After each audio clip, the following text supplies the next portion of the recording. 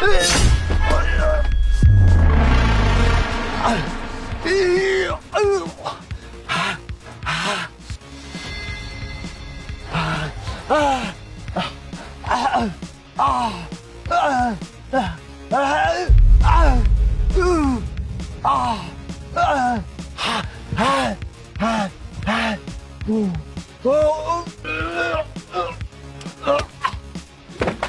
হয়েছে স্যার আপনার?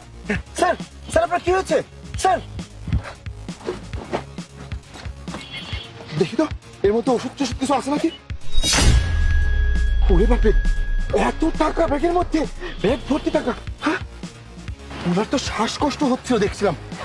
ইনহেলার কিছু আছে কিনা? হ্যাঁ, এই তো ইনহেলার।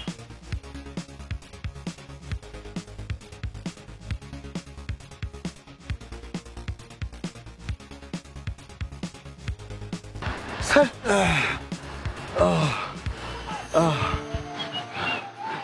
বাবা, তুমি আমাকে বাঁচালে বাবা। তোমাকে কি করে যে ধন্যবাদ দেব বাবা, সে ভাষা আমার জানা নাই।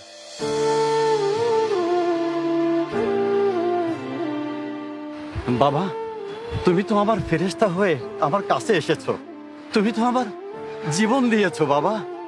না না চাচা, এসব আপনি কি বলছেন? এটা তো আমার দায়িত্ব ছিল। বাবারে, এই বিপদের দিনে কেউ পাশে এসে দাঁড়ায় না বাবা, আর তুমি স্বয়ং ফেরেশতার মতো এসে আমাকে সাহায্য করলে বাবা। এই ব্যাগে আমার অনেক টাকা ছিল, এই টাকার লোভ তুমি করো নাই, তুমি আমাকে বাঁচিয়েছো বাবা। অন্য কেউ হলে এই টাকা নিয়ে আমাকে ফেলে রেখে চলে যেত। তোমার মধ্যে মানবতা ও সততা দুটোই আছে বাবা। যাক, তুমি তো অনেক ভালো বাবা। আরে চাচা, এই টাকা তো আপনার টাকা আমি কেন নিব চাচা? চাচা, এই টাকাগুলো নিয়ে গেলে হয়তো আমি কিছুদিন আরামায়েশে চলতে পারতাম, কিন্তু আমি আমার ওই রবকে কি জবাব দিতাম? আমি 5 ওয়াক্ত যার ইবাদত করি, যিনি আমার রিজিকের ব্যবস্থা করেন, আমার পুরো জীবন তো এটা দিয়ে চলতো না। আর অন্যের জিনিস নিয়ে লোভ করে আমি তো আমার নিজেকে হারিয়ে ফেলতাম, আমার কাজ করার মানসিকতা হারিয়ে যেত, আমি তো লোভী হয়ে যেতাম, আমি তো পরিশ্রম করা ভুলে যেতাম। আর আপনি আমার চোখের সামনে এভাবে কষ্ট পেয়ে আস্তে আস্তে শেষ হয়ে যাবেন, একজন মানুষ হিসেবে তো আমি এটা করতে পারি না।